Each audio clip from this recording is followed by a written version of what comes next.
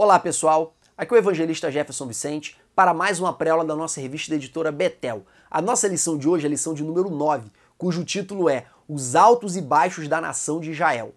Na nossa lição de hoje nós vamos ver basicamente o livro de Juízes, mas antes de nós entrarmos na nossa lição propriamente dita, eu gostaria de pedir para você curtir esse vídeo. Todas as vezes que você curte o vídeo, você ajuda a divulgá-lo, porque o YouTube entende que o vídeo é relevante. Em segundo lugar, você que ainda não é inscrito no canal, se inscreva no canal. E por fim, você que já é inscrito, ative o sininho para você receber uma notificação todas as vezes que nós enviarmos um vídeo novo.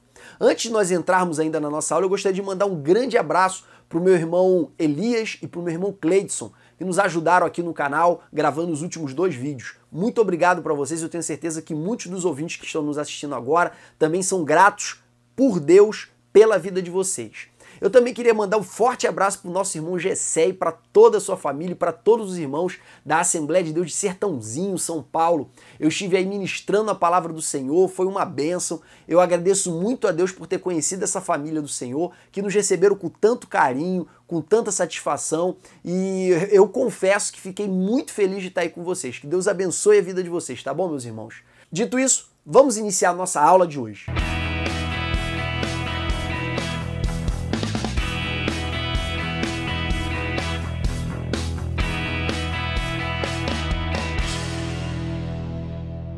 Na nossa lição de hoje, nós vamos ter por objetivo apresentar para vocês o contexto histórico do livro de Juízes. A história de Israel durante esse período, ela teve muitas peculiaridades que não vão se repetir em outras fases da história de Israel. Então é muito importante para você ter uma compreensão um pouco mais aprofundada do livro de Juízes, ter essa matéria introdutória, que é esse contexto histórico. E eu vou focar praticamente nisso durante toda a nossa aula de hoje. Eu não vou entrar em pormenores da vida dos juízes de maneira específica. Por exemplo, eu não vou ficar falando aqui da vida de Gideão, eu não vou ficar falando aqui da vida de Sansão. Com certeza, se vocês lerem a Bíblia, que conta a história desses homens de Deus, e se vocês lerem a revista, que ressalta alguns pontos importantes da vida desses homens, vocês vão ter uma base adequada para estar ministrando sobre a vida deles na sua classe. Como nosso objetivo aqui é apresentar um conteúdo complementar, a gente não vai abordar essas questões que são mais simples, são mais fáceis. Nós vamos abordar a questão mais técnica, que é o contexto histórico. Eu dividi a nossa lição de hoje basicamente em 5 tópicos. No primeiro tópico, eu vou falar acerca da eleição do povo de Israel, da aliança que eles tinham com Deus e das consequências da violação desse pacto. Em segundo lugar, eu vou falar acerca do porquê era tão importante a pureza étnica daquele povo. Em terceiro lugar, eu vou falar acerca do contexto social e político. Em quarto lugar, eu vou falar acerca do contexto histórico religioso. E em quinto lugar, eu vou falar acerca da dinâmica do livro de Juízes. Em todos esses tópicos, nós vamos ter um fio condutor, que é ajudá-lo a ter a compreensão acerca daquele momento que aquele povo viveu. Vamos então agora para o nosso tópico 1, a eleição, a aliança e as consequências da violação desse pacto que Israel tinha com Deus. Antes de nós falarmos propriamente da eleição e da aliança, eu acho que é importante te assentar como era a concepção que o povo de Israel tinha acerca de Deus naquele tempo. Em primeiro lugar, quando Deus se apresenta para Moisés e, por consequência, se apresenta para o povo de Israel, Deus não reivindica imediatamente que ele era o único Deus que existia. Quando Deus diz que faria juízo aos deuses dos egípcios, quando Deus diz para que os israelitas não tivessem outros deuses diante dele, o que Deus está reclamando é uma autoridade e um poder acima de todos os outros deuses, e ele está reclamando também exclusividade. Ele não está negando a existência de outros deuses. Isso vai acontecer numa fase posterior de Israel. Nós vamos ver, por exemplo, vários textos no livro de Isaías, vários textos no livro de Jeremias, e alguns salmos até, uma negação explícita da existência de outros deuses, dizendo que só existe um Deus. Porém, essa ênfase, ela só vai se desenvolver no momento posterior da fase de Israel. No momento ali da libertação, do deserto, e no momento da entrada na Terra Prometida, nessa fase não há uma preocupação de Deus em negar a existência dos outros deuses. Então nós podemos dizer que o monoteísmo de Israel era uma espécie de monoteísmo prático e não um monoteísmo teórico. Essa concepção monoteísta era baseada predominantemente em 2 fundamentos. Em primeiro lugar, o fundamento da eleição. Esse Deus, ele nos escolheu voluntariamente. Nós vamos ver isso sendo explicitado pelo próprio Deus lá no livro de Deuteronômio, capítulo 7, versículos 6 e 7 ou 7 e 8. Está entre esses versículos aí. Deus dizendo claramente, eu não vos escolhi porque vocês eram um povo grande, porque vocês eram um povo poderoso, porque vocês eram alguma coisa que chamasse a minha atenção. Eu vos escolhi porque eu vos amei. E eu tinha feito uma promessa para os seus antepassados. Então quer dizer, Deus os escolheu livremente, Deus os escolheu por iniciativa própria. Foi uma eleição incondicional, não dependeu de nenhum mérito de Israel. Então esse é o primeiro dado que a gente precisa assentar, que foi Deus que procurou e libertou e cuidou daquele povo por iniciativa própria, por eleição. O segundo pilar, que é o pilar do pacto, da aliança, que esse Deus fez com esse povo. Esse pacto, ele está descrito no livro de Êxodo, do capítulo 19 ao capítulo 24. E esse pacto, ele se divide basicamente em 3 fases. A primeira fase eu vou chamar aqui de um pré-contrato. A segunda fase eu vou chamar aqui de apresentação das cláusulas. E a terceira fase eu vou chamar de assinatura do contrato.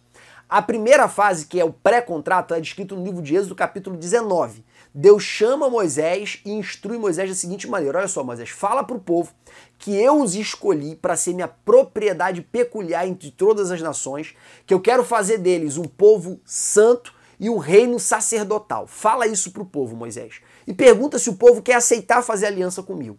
Moisés desce, comunica ao povo e todo o povo, em um só som, responde: sim, nós queremos fazer um pacto, nós queremos fazer um concerto com o Senhor. Tudo que o Senhor tem falado, nós aceitamos. E aí esse foi o momento do pré-contrato, Êxodo capítulo 19. No capítulo 20, 21 e 22 e 23, acontece o momento em que Deus expõe as cláusulas desse contrato. O que Deus faz? Deus, em primeiro lugar, manifesta a sua glória no Monte Sinai. Vem uma nuvem sobre o Monte Sinai e essa nuvem tinha a aparência de um fogo consumidor. Era como se fosse chamas de fogo a aparência dessa nuvem. E eles podiam ouvir também vários trovões e ver vários raios.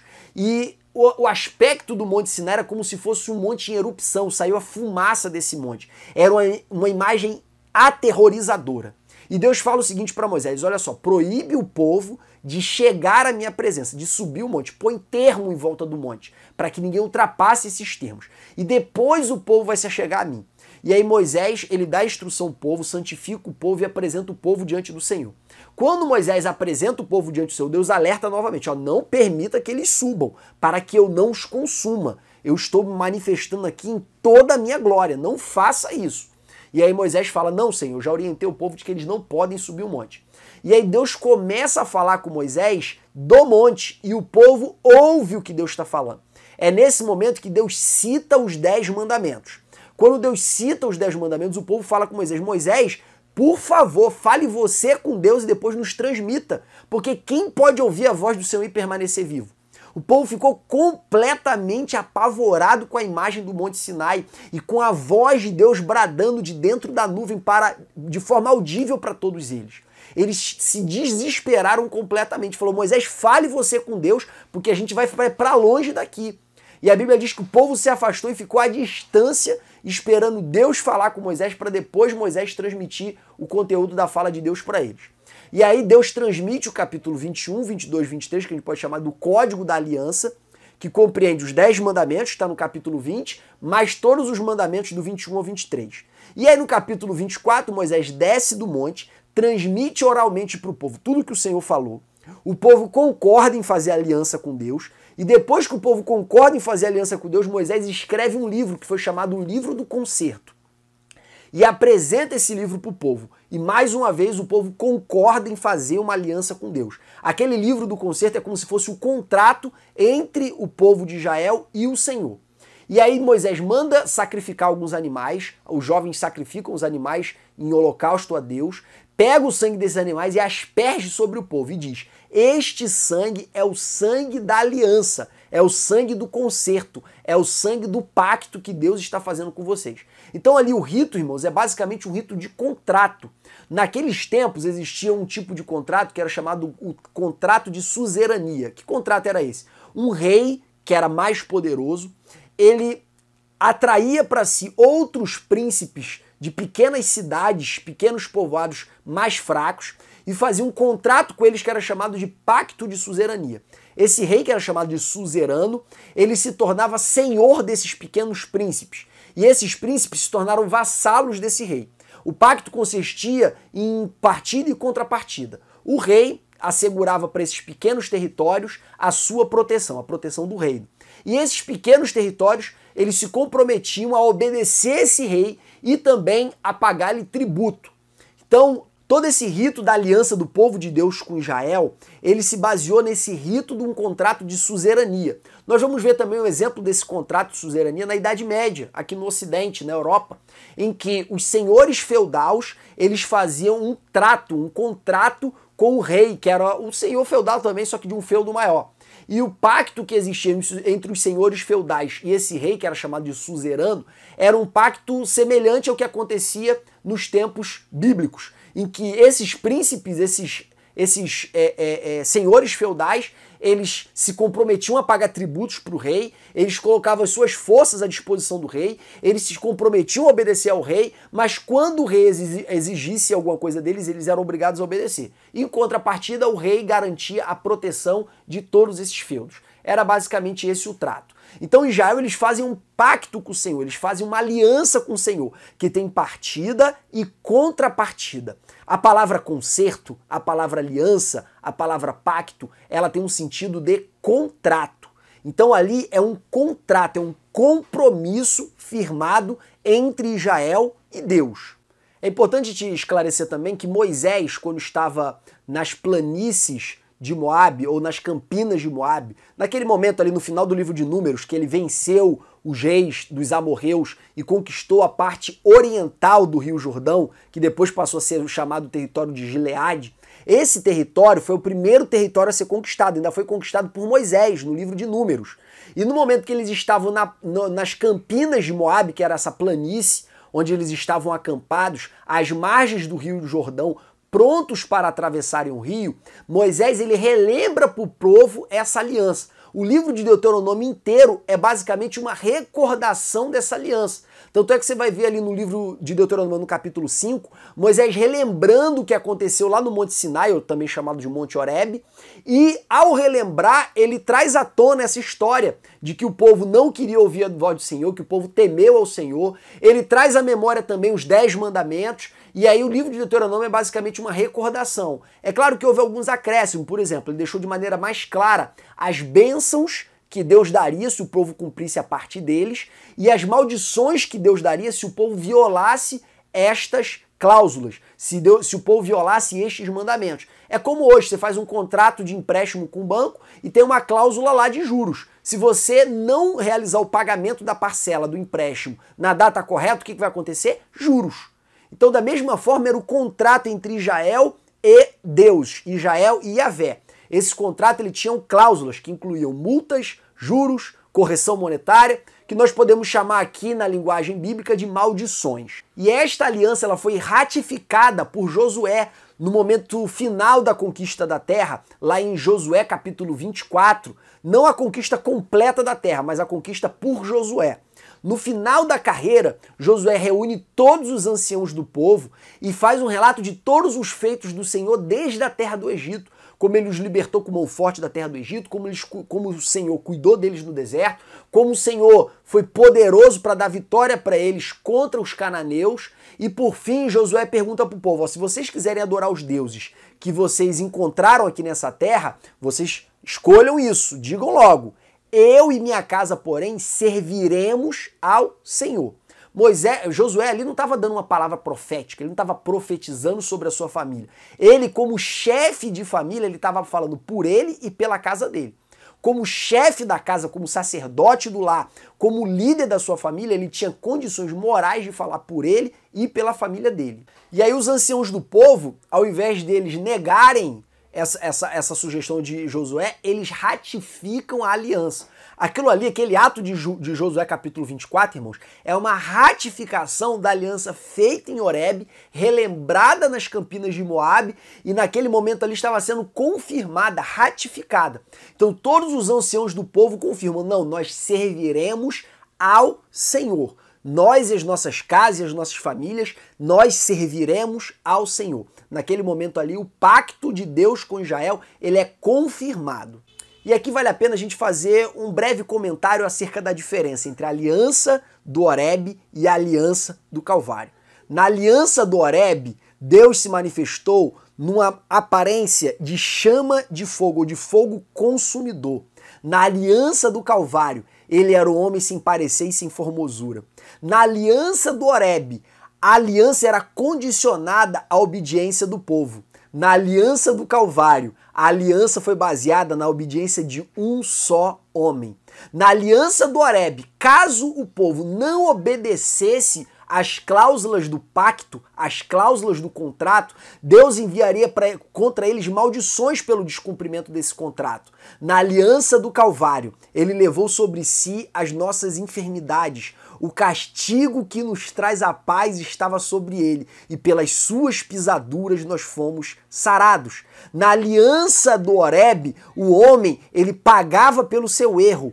Na aliança do Calvário, Deus levou sobre si a consequência e o salário do pecado do homem. Então, existem diferenças substanciais entre essas duas alianças. Daria pra gente fazer uma pregação aqui bem longa sobre isso, só que nós só vamos fazer esse pequeno comentário.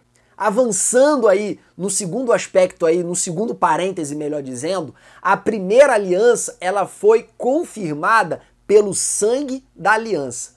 A nova aliança, a aliança do Calvário, ela foi confirmada pelo sangue de Jesus. É por isso que ele diz no momento da última ceia: este é o Novo Testamento no meu sangue. A palavra testamento que está na nossa Bíblia, ela é a tradução grega da palavra concerto do hebraico.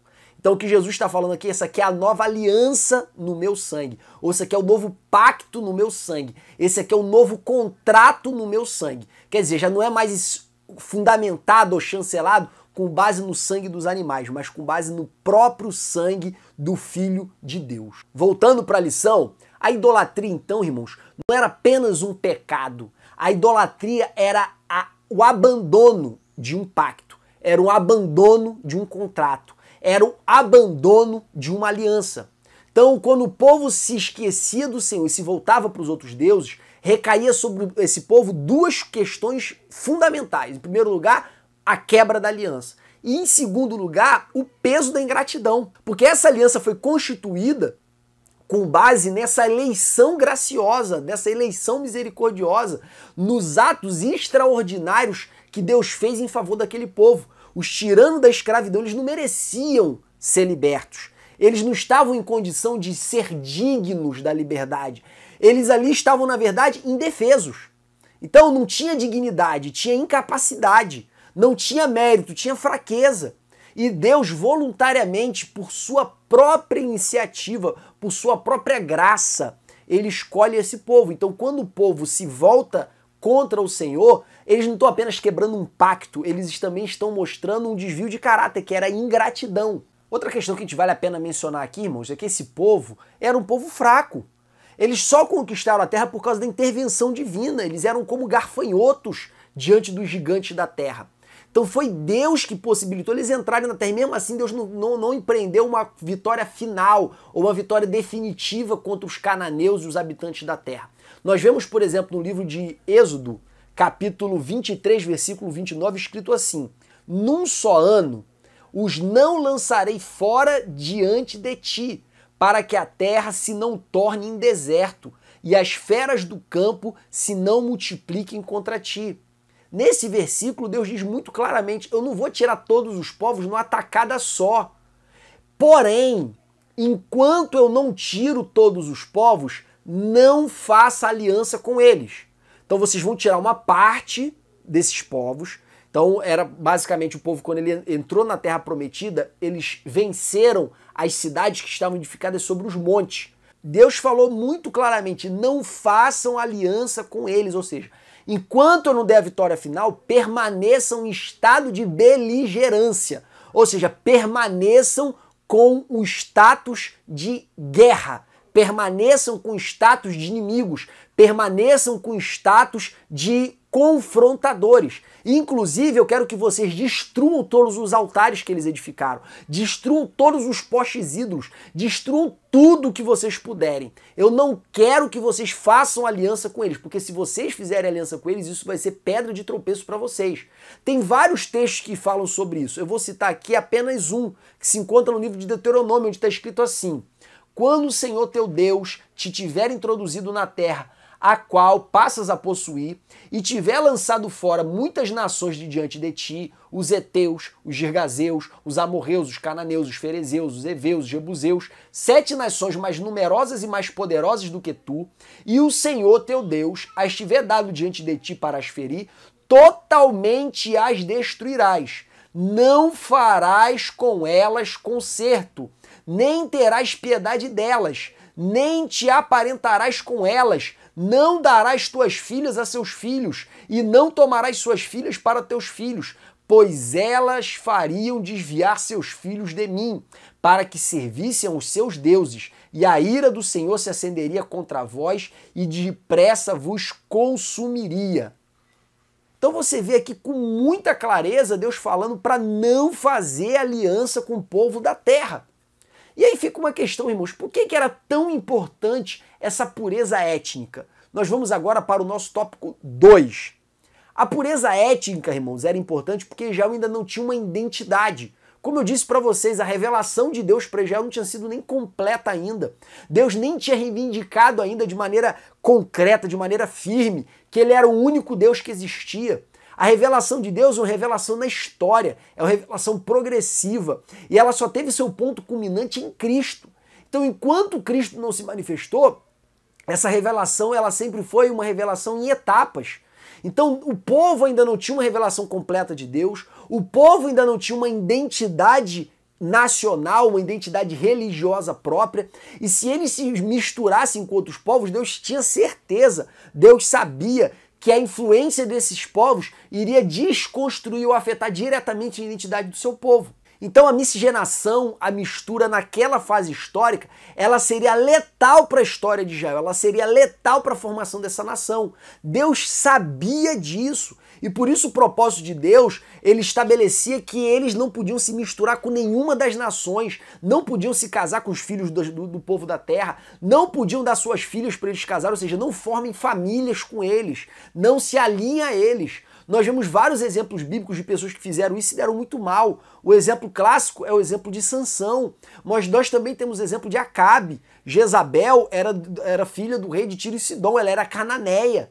Então nós vemos isso mesmo em momentos muito posteriores da história de Israel, isso sendo um grave problema para a nação. Por quê? Porque o povo ainda não tinha uma identidade nacional, uma identidade religiosa construída. E é por isso que naquela fase é importante não passar, não se misturar com outros povos. É claro, irmãos, que mesmo depois que Deus ele construiu a identidade étnica de Israel, a identidade religiosa de Israel, e isso demorou séculos para acontecer, nós podemos dizer que essa identidade só foi formada realmente após o exílio. Os remanescentes do povo, eles recuperaram a identidade de Israel como a nação que pertencia ao Senhor, mesmo estando deportados, mesmo estando fora da sua terra. E nessas terras estrangeiras, eles constituíram simulacros do templo, que não era um templo, era um lugar para transmitir a lei, para que a catástrofe que aconteceu com o cativeiro não se repetisse no futuro. Então eles construíram aquilo que nós vamos conhecer como as sinagogas. Foi a partir do cativeiro babilônico que começaram a surgir as sinagogas, a preocupação de ensinar as crianças desde as suas primeiras fases a aprenderem a lei do Senhor. Foi só depois do cativeiro. Nós vemos, por exemplo, que a lei do Senhor foi completamente abandonada mesmo no período dos reis. O rei Josias, por exemplo, só veio tomar conhecimento da lei quando ele mandou fazer uma reforma do templo, que devia estar caindo aos pedaços. E aí nessa reforma o sacerdote encontrou o livro da lei do lado da arca. Quer dizer, o sacerdote nem sabia que tinha um livro da lei.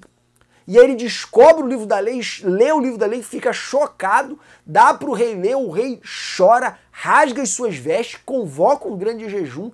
Então você vê que durante o próprio reinado não existia uma consciência acerca dos mandamentos do Senhor.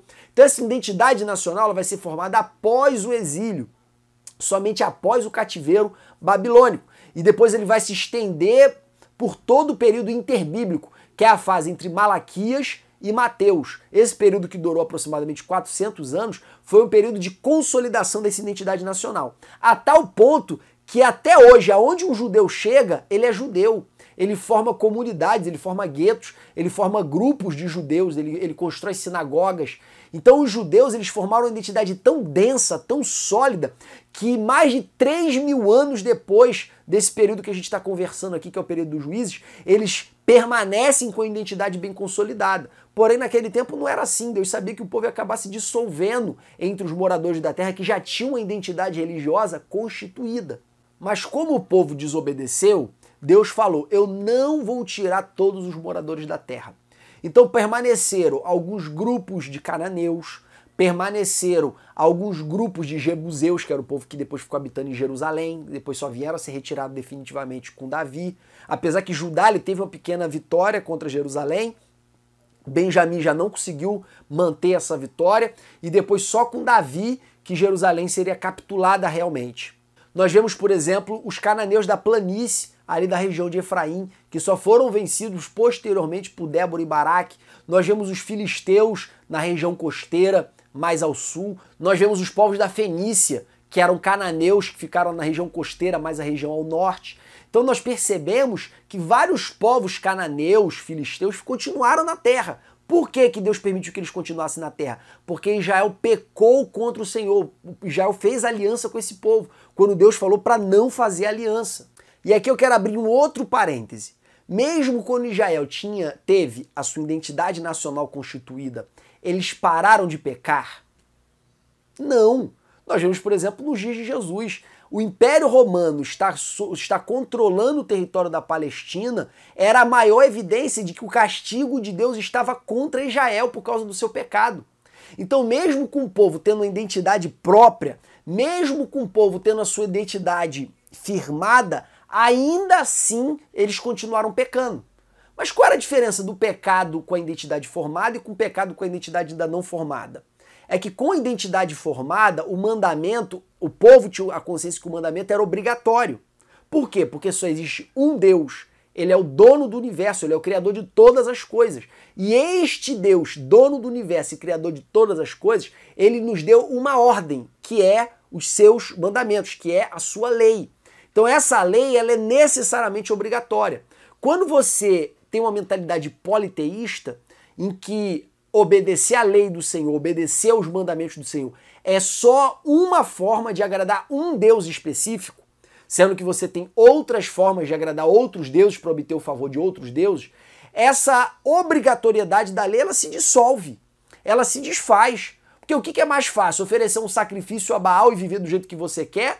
Ou oferecer sacrifício ao Senhor e viver exatamente como ele manda? É claro que é muito mais fácil oferecer sacrifício a outros deuses, porque os outros deuses não tinham comprometimento moral, os outros deuses não tinham um código moral estabelecido para que pudesse ser seguido e obedecido para receber suas bênçãos.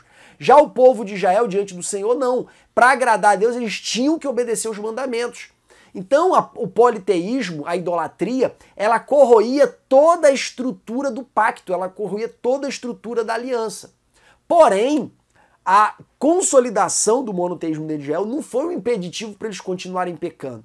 Mas quando um judeu saía da Palestina e ia morar, por exemplo, em Tarso, ele continuava monoteísta, ele continuava acreditando que os mandamentos que estão na lei eram obrigatórios, ele continuava acreditando que ele era uma nação eleita, que ele fazia parte de um pacto. Então a identidade ele era muito importante. Eu não estou descartando a importância da identidade, tanto é que Deus se preocupou com isso. Porém, não era algo definitivo em relação ao pecado, porque mesmo tendo identidade, aquele povo continuou sendo pecador. E aí você pode se questionar, mas Jefferson, então como é que aquele povo podia se constituir como uma nação santa, que era o projeto de Deus?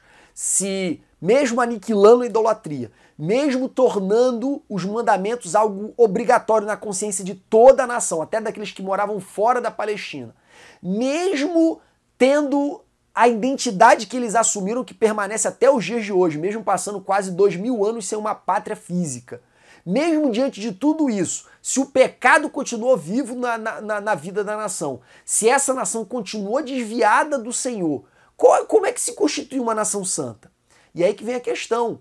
O povo não perdia as esperanças porque eles perceberam que isso não era suficiente, mas eles tinham uma esperança que estava descrita no livro de Jeremias, capítulo 31, versículo 31 a 34, onde Deus fala assim para a nação de Israel: olha só, eu não vou manter com vocês o pacto que eu fiz com vocês em Horebe. Os vossos pais quebraram essa minha aliança. Eu não vou mais me relacionar com vocês com base nessa velha aliança. Eu farei uma nova aliança com vocês. Eu escreverei a minha lei nos vossos corações. E cada um já não mais ensinará ao seu próximo quem é o Senhor, porque todos me conhecerão. E dos seus pecados eu não me lembrarei mais. Essa foi a promessa que Deus fez para Israel. E quando Deus fez essa promessa, essa promessa ela precisava ser interpretada em conjunto com algumas outras. Como é que Deus ia colocar a sua lei nos nossos corações? Para você entender essa promessa, você tem que conectar com outra, como por exemplo Joel capítulo 2, onde está escrito que o Espírito seria derramado sobre toda a carne. Nós vemos também profecias de Ezequiel 36, Ezequiel 37, do Vale de Ossos Secos, que fala sobre soprar o Espírito e aqueles ossos ganharem vida. Num dos versículos, acho que é o versículo 14, Deus fala que é colocar esse Espírito no coração do homem, é trocar o coração dele, é colocar o seu Espírito. No 36, Deus fala a mesma coisa, que é tirar o coração de pedra, é colocar o coração de carne, é colocar no coração do homem o seu espírito. Então, dentro da apocalíptica judaica, como é que Deus iria santificar a sua nação por completo? Deus faria uma nova aliança, e essa nova aliança seria constituída com base no agir sobrenatural do próprio Deus na vida dos homens. E como se daria a ação sobrenatural de Deus na vida dos homens? Através do seu espírito. Então a ideia é que esse espírito que só estava na vida dos profetas, que só estava na vida dos juízes, dos reis, dos sacerdotes, esse mesmo espírito estaria acessível a todos, de tal maneira que esse espírito geraria uma transformação na vida das pessoas. E aí, associando essas profecias com algumas outras, irmãos, chegou-se à conclusão que esse espírito seria derramado na era messiânica. No momento em que o Messias se manifestasse, Deus enviaria esse espírito, porque a promessa de Isaías 35 era que haveria conhecimento de Deus na terra como as águas cobrem o mar. Nos lugares secos ficaria encharcado, teria pântano, teria muita água, e essa visão de água que eles tinham era o derramado do Espírito. Então a ideia que se tinha é que esse Espírito ia ser derramado na era messiânica. E é por isso que Jesus diz: eu não posso subir, aliás, o Espírito não pode descer enquanto eu não subir. Porque precisava que primeiro Jesus fosse coroado nos céus, se assentasse no seu trono, para iniciar a era messiânica e o Espírito ser derramado. É por isso também que João Batista pregava: olha só, eu vos batizo com água, mas vai vir o que vem após mim, que vos batizará com Espírito Santo e com fogo. Fogo é juízo para quem permaneceu no pecado, e Espírito Santo é para aqueles que se arrependiam. Então, a pregação do Espírito Santo ela está diretamente conectada com a pregação da era messiânica. É importante a gente sentar essas premissas para você entender depois o que aconteceu lá no livro de Romanos capítulo 8, por exemplo. Você só vai entender Romanos capítulo 8 se você entender o papel do Espírito Santo na nova aliança. Mas enfim, é um assunto um pouco complexo, depois eu tenho que fazer um vídeo só sobre isso, só sobre falando das profecias do Antigo Testamento para a era messiânica. Talvez eu faça isso na lição 12 ou 13, que fala sobre o Messias. Acho que é Messias, o legado de Israel para a humanidade, para a igreja. Eu não lembro bem. Mas nessa lição eu vou traçar para vocês as profecias do Antigo Testamento que falam sobre Jesus e vou conectá-las com as profecias que falam acerca do Espírito Santo. Então note como a revelação de Deus foi progressiva. Primeiro, Deus estava preocupado com a formação da identidade nacional. Depois da formação da identidade nacional, com a consciência generalizada de que a lei era vinculante, era obrigatória, Deus mostrou para o povo de Israel que era impossível obedecer essa lei. E aí, na plenitude dos tempos, Cristo se manifesta para mostrar que, ainda que os homens não obedecessem à lei, eles poderiam ter acesso a Deus, porque o castigo da lei não recairia sobre os homens, e sim sobre o próprio Filho de Deus encarnado. Então é uma revelação progressiva. Fechando agora esse parêntese acerca da nova aliança, porque ela não é objeto da nossa aula, eu só tratei dela rapidamente para trazer para vocês, para aproveitar a oportunidade para trazer para vocês a consciência acerca dessa diferença entre a antiga aliança e a nova aliança. Eu quero entrar agora no nosso tópico 3, que fala sobre o contexto histórico do período dos juízes. Então fechei o parêntese e agora eu estou entrando no contexto histórico. O período dos juízes ele transcorreu do ano 1400 ou 1200, dependendo da corrente histórica aí, a 1050, que foi o período em que Saul foi constituído rei de Israel.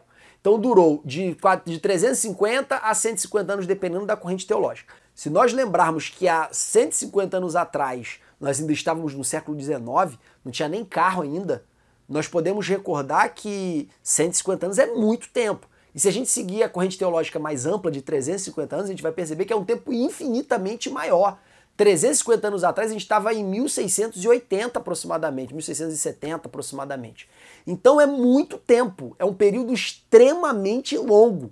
E esse período teve algumas características em comum. Primeiro, não tinha um aparato estatal definido. O que é não ter um aparato estatal? Não tinha funcionários públicos, não tinha uma administração pública, não tinha uma burocracia definida, não tinha um governo central, não tinha uma capital. A justiça era exercida de maneira privada, através da vingança de sangue, ou, se não fosse da maneira privada, era estabelecida pelos anciãos da cidade, os anciãos da tribo, os anciãos do clã, os anciãos que definiam quem estava certo ou quem estava errado.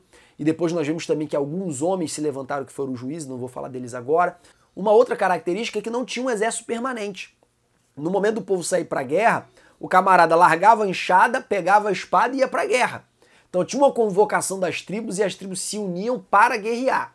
Então não existia um exército permanente. E como funcionava? Se não tinha uma capital, se não tinha um governo, se não tinha uma burocracia, se não tinha uma administração pública, se não tinha um exército permanente, como é que tinha essa unidade entre essas 12 tribos? E esse aqui é um ponto central dessa lição. Esse povo, eles tinham o que a gente pode chamar de confederação tribal, ou liga tribal.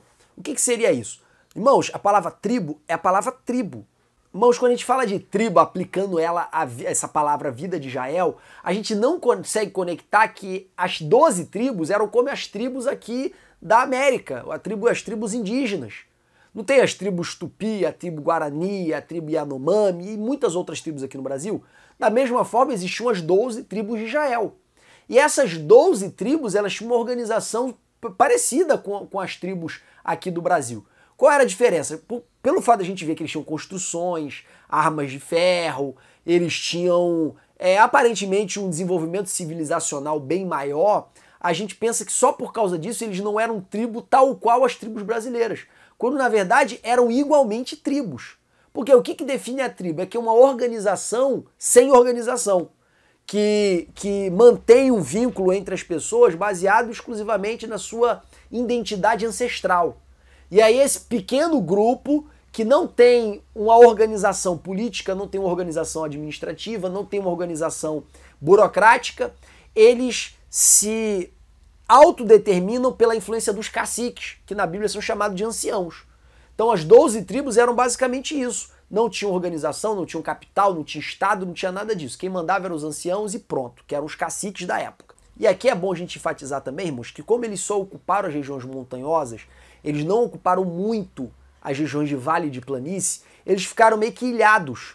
Eles formaram grupos que meio que se isolaram uns dos outros. Então, por exemplo, a tribo de Judá ficou nas regiões montanhosas da Judéia, que era mais ao sul.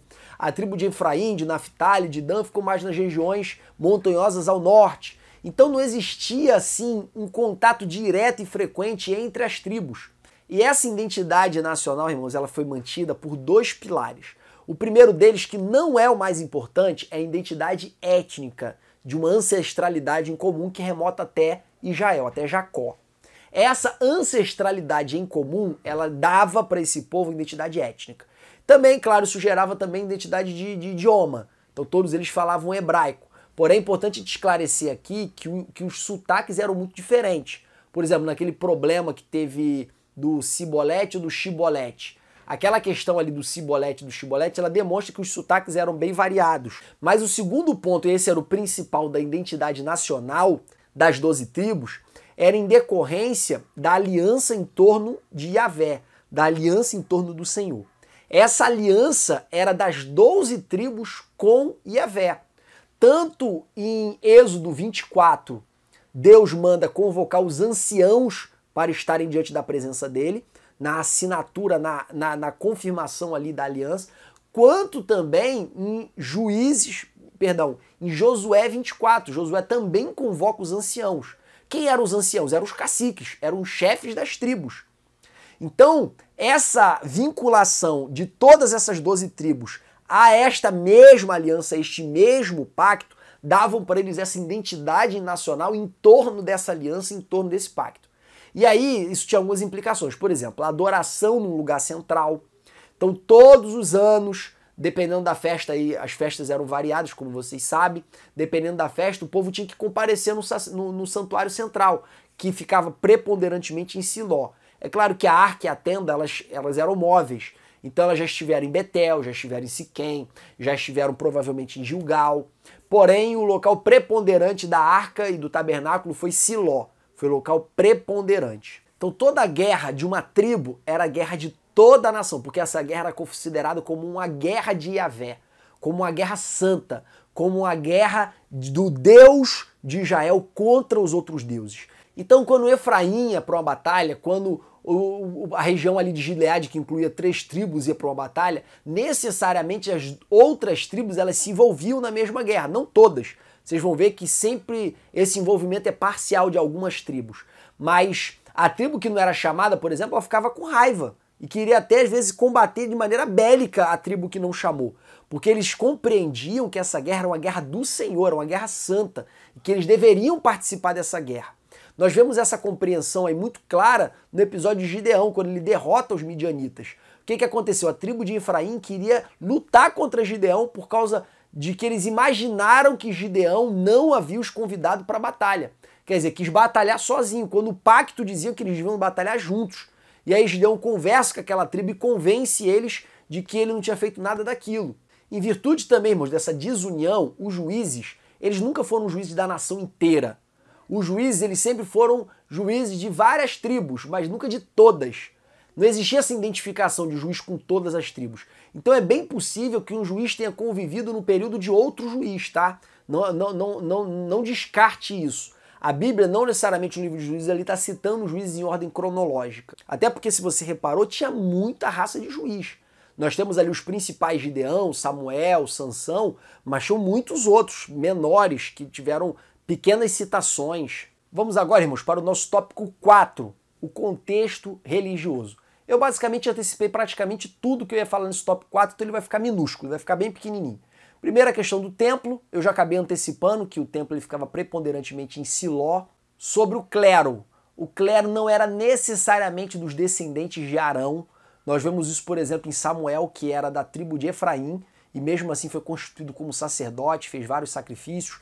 Gideão fez sacrifício, mesmo não sendo sacerdote. Nós vemos vários sacrifícios ali no livro de Juízes, que não eram sacrifícios feitos por ninguém da tribo de Levi e por pessoas que não eram descendentes de Arão.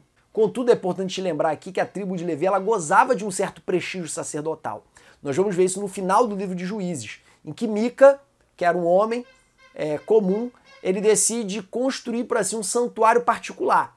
Ele coloca nesse santuário um terafim e ele vê um sacerdote, um levita passando e convida esse levita para ser seu sacerdote. Então provavelmente ele bancava esse levita para ser sacerdote particular dele. E aí passam os homens da tribo de Dan, que estavam indo mais para o norte para conquistar uma terra nova, a terra de Laís, e quando eles vê o sacerdote de Mica, eles simplesmente roubam a imagem e levam o sacerdote com ele. Então existia um certo prestígio dos homens da tribo de Levi para exercer o ofício sacerdotal. Porém, esse prestígio ele não assegurava que todo sacerdote necessariamente precisava ser levita. Outra questão religiosa importante também é essa concepção clara e nítida de que todas essas tribos elas faziam parte desta aliança com Yahvé, desta aliança com o Senhor. E era por causa dessa aliança que eles eram uma liga tribal, uma confederação tribal.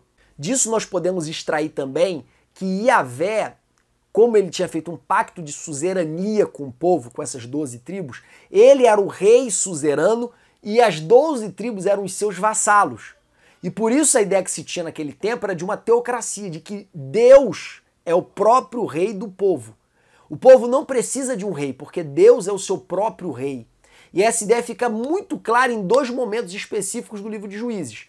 O primeiro deles é na vida de Gideão, que Gideão não aceitou ser coroado rei sobre todo Israel, ele não aceitou esse título, porque estava muito firme aquela convicção de que eles eram uma confederação que tinha Deus e Yahvé como rei. Nós vemos também que a transmissão da função de juiz não era hereditária, não passava de pai para filho, ou seja, não existia nada parecido com a monarquia naquele período, porque a concepção era que Yahvé era o rei. Nós vemos também isso na vida de Samuel, já no livro de Samuel, né? Mas Samuel foi o último juiz. Já na vida de Samuel nós vemos isso também, que o povo disse para Samuel: Samuel, nós não queremos mais juiz, agora nós queremos que você constitua para nós um rei. Nós queremos uma monarquia, assim como os povos vizinhos. Nós queremos ter essa unidade bélica, essa unidade militar, essa unidade burocrática. Nós queremos isso também. E aí Samuel fica triste, se sentindo rejeitado, e Deus fala para Samuel: Samuel, não fica triste. Eles não rejeitaram você, eles rejeitaram a mim, para que eu não mais reine sobre eles. Então a ideia que se tinha ali era de que o próprio Senhor era o rei de Israel, era o rei das 12 tribos. O Senhor como este soberano, suzerano. E por fim os juízes, né, irmãos? Os juízes, eles tinham responsabilidade de julgar a vida de Israel. Essa vida de Israel, ela incluía a vida religiosa, a vida civil e a vida política. E eles também se destacavam por causa da influência militar que eles exerciam. Eles sempre conduziam o povo a grandes vitórias, depois de muita opressão, de muita afronta, de muita dominação estrangeira sobre eles. Então Deus levantava um juiz, lembrando que esse juiz ele não era levantado por causa da sua família, por causa da sua casa, por causa da sua autoridade pessoal, ele recebia uma unção. A Bíblia diz que o Espírito do Senhor repousava sobre o juiz. Ou seja, era uma liderança puramente carismática. Então quando ele morria, a liderança morria junto. Por fim, é importante te deixar claro que esse período era um período de anarquia religiosa. Deuteronômio 12 e Levítico 17 falam que só podia ter sacrifício em um lugar: no altar que Deus consagrou e no local onde Deus faria repousar o seu nome. Qualquer outro sacrifício fora desses lugares, ele era terminantemente proibido. Mas por todo o livro de Juízes você vai ver Gideão fazendo sacrifício e várias outras pessoas fazendo sacrifício e Deus recebendo. Porque a anarquia era tão grande, tão grande, tão grande, o culto oficial era tão desprezado que não tinha como uma pessoa sincera se relacionar com Deus sem efetivamente oferecer sacrifício num lugar próximo da sua casa, porque ele nem sabia que precisava oferecer no local de santuário único. Então, esse período de anarquia religiosa também gerou a morte da filha de Jefté. Jefté, ele venceu a guerra, voltou e disse que quem se apresentasse para ele oferecer como sacrifício ao Senhor, sua filha se apresentou e ele sacrificou a própria filha, que é algo extremamente abominável, completamente proibido pela lei, mas era um período de tanta anarquia religiosa que eles não conheciam quase nada acerca do mandamento do Senhor, da lei do Senhor, que eles faziam esse tipo de ato achando que estavam agradando a Deus. Nós vemos também a consagração de sacerdotes que não eram da linhagem de Arão, não eram da tribo de Levi, enfim, era uma anarquia completa. Nós vemos também essa anarquia religiosa sendo demonstrada na falta de temor da tribo de Benjamim. Quando um levita ele foi com a sua concubina para a cidade de Gibeão e os homens daquela cidade estupraram aquela mulher até a morte. E aí ninguém naquela cidade fez nada contra esses homens. Esse levita pegou aquela mulher, partiu ela em 12 pedaços, mandou para as 12 tribos de Israel e falou acerca da abominação que tinha sido praticada naquela cidade. As tribos se reuniram e intimaram a tribo de Benjamim a entregar a cidade de Gibeão, entregar aquelas pessoas que praticaram aquela maldade. Aquele povo de Benjamim não aceitou essa intimação, eles decidiram confrontar as outras tribos e houve uma grande guerra e a tribo de Benjamim foi massacrada, quase foi extinta. Então, nós vemos aqui que era um período de completa anarquia, tanto político, quanto moral, quanto religiosa. E a gente pode ficar tentado a imaginar que isso se deu por falta da centralização política, mas eu já disse antes que mesmo no período dos reis existia essa ausência de conhecimento da lei do Senhor. Nós vamos ver no período de Josias que os sacerdotes não conheciam a lei. Eles foram redescobrir a lei fazendo uma reforma no templo. Então você observa que essa questão dessa anarquia religiosa ela não era uma peculiaridade do período dos juízes.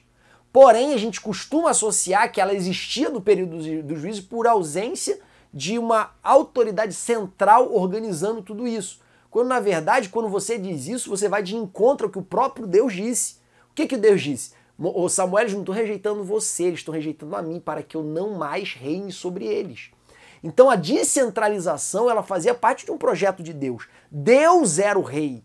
Deus era o rei diretamente sobre todas as 12 tribos. Então Deus não queria uma centralização política. Ela veio por clamor do povo. Então não dá para culpar a descentralização política pela anarquia religiosa, pela anarquia social. Isso acontecia porque o povo ele não era temente a Deus. É outra história. Por fim, a dinâmica do livro de Juízes. Aqui é importante te mencionar que no capítulo 1 são citadas várias terras que foram conquistadas ainda no período de Josué, vários povos que não foram conquistados e se tornaram tributários das tribos de Israel, e outros que nem foram conquistados e nem se tornaram tributários, continuaram independentes. Que é o exemplo dos cananeus da planície, que é o exemplo dos filisteus, que é o exemplo dos jebuseus ali da cidade de Jerusalém, da antiga cidade antes de Davi. O capítulo 2 é praticamente um resumo de todo o livro. Do versículo 1 ao 6 fala de que Deus mandou o anjo do Senhor repreender o povo, dizer, olha só, eu falei para vocês não fazerem aliança com esse povo, né? Agora eles serão peso nas costas de vocês e os ídolos deles serão por laço de vocês. E Deus repreende o povo e fala, olha só, por causa do comportamento de vocês de terem feito conserto, de terem feito tratado de paz com eles, eu vou permitir que eles venham contra vocês. E depois do versículo 7 ao versículo 23, que acho que é o último versículo, ele fala acerca da história, desde Josué até o desvio total do povo.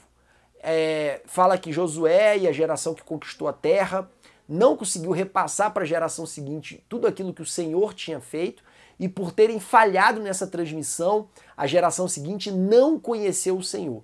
Então eles não temeram ao Senhor. E por falta de identidade começaram a adorar os deuses da terra. E aqui vai a explicação, irmãos, por que existe uma preocupação tão grande com adolescentes e jovens dentro da igreja.